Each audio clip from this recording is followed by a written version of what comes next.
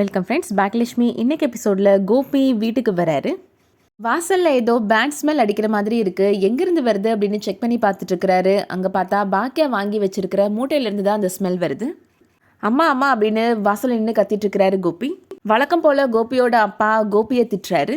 வாசல் வரைக்கும் வந்துட்டு எல்லாம் வீட்டுக்குள்ளே வர வேண்டியதானே, உடனே வெத்தலை பாக்கு வச்சு அழைக்கணுமா அப்படின்ற மாதிரி கேட்குறாரு. இங்கே வாங்களே, ஏதோ ஒரு கெட்ட வாசனை வருதுமா அப்படின்னு சொல்லிட்டு இருக்கிறாரு கோபி. பாக்கியாவுமே இப்போது வீட்டுக்கு வந்துடுறாங்க. பாக்கியா, நீ வாங்கி வச்சிருந்த மூட்டையிலேருந்து தான் அந்த ஸ்மெல் வருது அப்படின்னு சொல்லிட்டு இருக்கிறாரு பாக்கியாவோட மாமனார். செல்வியும் பாக்கியாவும் அந்த மூட்டை எல்லாத்தையும் ஓப்பன் பண்ணி பார்க்குறாங்க. பார்த்தா அங்கே வாங்கி வச்சுருந்த காய்கறிகள் எல்லாமே கெட்டு போயிருக்கு. இதுதான் சாக்குன்னு பாக்கியாவோட மாமியார் பாக்கியாவை திட்ட ஆரம்பிச்சிட்றாங்க. எவ்வளோ பணம் தான் இப்படி நீ வேஸ்ட் பண்ணுவ, நடக்காத எக்ஸிபிஷனுக்கு இப்போ காய்கறிகள்லாம் வாங்கி இதெல்லாம் வாங்கி இப்போ வெளியில் தான் கொட்டணும் அப்படின்னு திட்டிட்டு இருக்கிறாங்க. மளிகை ஜாமான் பாத்திரம் எல்லாத்தையும் எக்ஸிபிஷன் நடக்கிற இடத்துல கொண்டு போய் வச்சுட்டு இப்போ மறுபடியும் கொண்டு வரதுக்கு வண்டி வாடகை வேற கொடுக்கணும் அப்படின்னு சொல்கிறாங்க. எல்லா காசையும் வீணாக்குற அப்படின்னு திட்ட ஆரம்பிச்சிடுறாங்க. செல்வி பாக்கியாட்ட, அக்கா நான் வெளியிலேருந்து ஆட்களை வர சொல்லி இந்த இதெல்லாம் எடுத்துகிட்டு போக சொல்லிடுறேன்க்கா அப்படின்னு சொல்லிட்டு இருக்கிறாங்க. பாக்கியா ரொம்ப டல்லாக உட்காந்துட்டு இருக்கிறாங்க. அவங்க எக்ஸிபிஷன் நடக்காததை பற்றி யோசிச்சு பார்க்குறாங்க. அது போக அந்த கணேசன் சொன்னதை பற்றி யோசிச்சு பார்த்துட்டு இருக்கிறாங்க. அமிர்தா பாக்கியாட்ட நைட்டு டின்னருக்கு என்னமா பண்ணலாம் அப்படின்னு கேட்குறாங்க. அப்போ தான் பாக்கியாவுக்கு சமையல் பண்ணணும் அப்படின்ற ஞாபகமே வருது. என்னன்னே தெரியல, எனக்கு ரொம்ப டல்லாக இருக்குது அப்படின்னு சொல்லிட்டு இருக்கிறாங்க பாக்கியா. எக்ஸிபிஷனை பற்றியே நினச்சிட்டு இருக்கியாம்மா, கவலைப்படாதம்மா, அதெல்லாம் நமக்கு சாதகமாக தாம்மா முடிவு வரும் அப்படின்னு சமாதானப்படுத்திட்டு இருக்கிறாரு எழில். இதுவும் சமைக்க வேணாமா, ஹோட்டல்லேருந்து வேணால் ஆர்டர் பண்ணிடலாம் அப்படின்னு சொல்லிட்டு இருக்கிறாரு எழில். அத்தை திட்டுவாங்கடா அப்படின்னு சொல்லிட்டு இருக்கிறாங்க பாக்கியா. கோபி இப்போது சின்ன பிள்ளைத்தனமாக ஒரு பிளான் பண்ணுறாரு. பாக்கியா கஷ்டப்பட்டு சமைச்ச சாப்பாடெல்லாம் வீணாக போகட்டும், நம்ம வீட்டில் இருக்கிற எல்லாரையும் ஹோட்டல் கூட்டிகிட்டு போய் சாப்பிட வச்சிடலாம் அப்படின்னு பிளான் பண்ணுறாரு. இனியாட்ட போய், இனியா நம்ம இன்னைக்கு ஹோட்டல் போய் சாப்பிட்டு வரலாமா அப்படின்னு கேட்குறாரு. அம்மா சமைச்சிருப்பாங்களே டேடி அப்படின்னு சொல்லிட்டு இருக்கிறாங்க இனியா. இன்னைக்கு ஒரு நாள் டேடி கூட வெளியில் வாமா, நம்ம ஹோட்டல் போய் சாப்பிட்டு வரலாம், ரொம்ப நாள் ஆச்சுல அப்படின்னு சொல்லி சமாதானப்படுத்தி சம்மதிக்க வச்சிடுறாரு.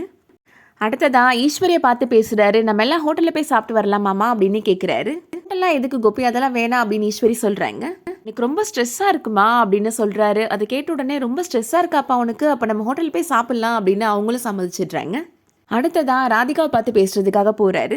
நம்ம எல்லாரும் ஹோட்டலில் போய் சாப்பிட்லாமா அப்படின்னு கேட்குறாரு கோபி. அம்மா உன்னை மருமகளாக ஏற்றுக்க மாட்டேன்றாங்கன்னு சொல்லிட்டு இருந்தல, நம்ம இந்த மாதிரி வெளியில் போனால் கண்டிப்பாக அவங்க ஒன்று புரிஞ்சுப்பாங்க அப்படின்னு சொல்லி சமாதானப்படுத்தி சம்மதிக்க வச்சிட்றாரு. அடுத்ததா செலியனையுமே போய் பார்த்து பேசி, நீ ரொம்ப ஸ்ட்ரெஸ்ஸாக இருக்கடா, நம்ம வெளியில் போய் சந்தோஷமாக சாப்பிட்டு வரலாம், உனக்கு மூடு சேஞ்ச் ஆகும் அப்படின்னு சொல்கிறாரு கோபி. அவருமே வரதுக்கு சம்மதம் சொல்லிடுறாரு. அடுத்ததா கோபியோட அப்பாட்டையும் போய் பேசுகிறாரு. அப்பா நீங்கள் எங்கள் கூட வெளியில் வரீங்களா, ஹோட்டலில் போய் சாப்பிட்லாம் அப்படின்னு கேட்குறாரு. பாக்கியா சமைச்சு வச்சிருப்பா, அவட்ட ஒரு வார்த்தை சொல்லியிருக்கலாம்ல அப்படின்னு சொல்கிறாரு கோபியோட அப்பா. கோபி சொல்கிறாரு, நீங்கள் தானே சொல்லியிருக்கிறீங்க அவளோட விஷயத்தை தலையிடக்கூடாதுன்னு அப்படின்னு சொல்கிறாரு கோபி. சமைச்சிருந்தானா போய் குப்பையில் கொட்ட சொல்லுங்க அப்படின்னு திமிரா பேசுகிறாரு.